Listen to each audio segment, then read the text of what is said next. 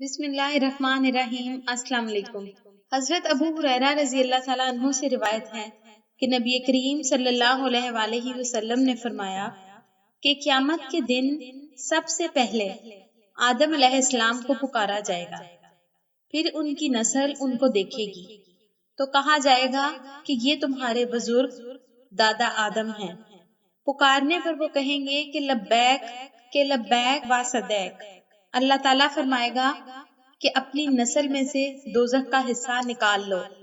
आदम अलैहिस्सलाम अर्ज करेंगे, ए परवरदिगार कितनों को निकालूं? अल्लाह ताला फरमाएगा 99% दोज़खी, एक जन्नती। सहाबा रज़वानुल्लाह अलैहिम ने अर्ज किया, या रसूलुल्लाह सल्लल्लाहु अलैहि वसल्लम, जब हम में 100 में से 99 निकाल दिए जाएंगे तो फिर बाकी क्या रह जाएंगे? नबी करीम सल्लल्लाहु अलैहि वसल्लम ने फरमाया कि तमाम उम्मतों में मेरी उम्मत इतनी ही तादाद में होगी जैसे स्याह बैल के जिस्म पर सफेद बाल होते हैं। हजरत अब्दुल्ला बिन मसूद रज़ियल्लाहु अन्हु ने बयान किया कि हम नबी करीम सल्लल्लाहु अलैहि वसल्लम के साथ एक खैमे में थे।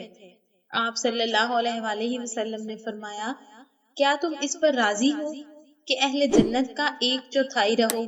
हमने कहा कि जी हाँ। आप सल्लल्लाहु अलैहि वसल्लम ने फरमाया, क्या तुम इस पर राजी हो कि अहले जन्नत का तुम 1/3 रहो? हमने कहा जी हाँ। आप सल्लल्लाहु अलैहि वसल्लम ने फरमाया, क्या तुम इस पर राजी हो कि अहले जन्नत का तुम निस्फ रहो? हमने कहा जी हाँ। फिर आप सल्लल्लाहु अलैहि वसल्लम ने फरमाया कि इस जात की कसम जिसके हाथ में मोहम्मद सल्लल्लाहु अलैहि वसल्लम की जान है, मुझे उम्मीद है कि तुम लोग यानी उम्मत मुस्लिमा अहले जन्नत का हिस्सा होंगे।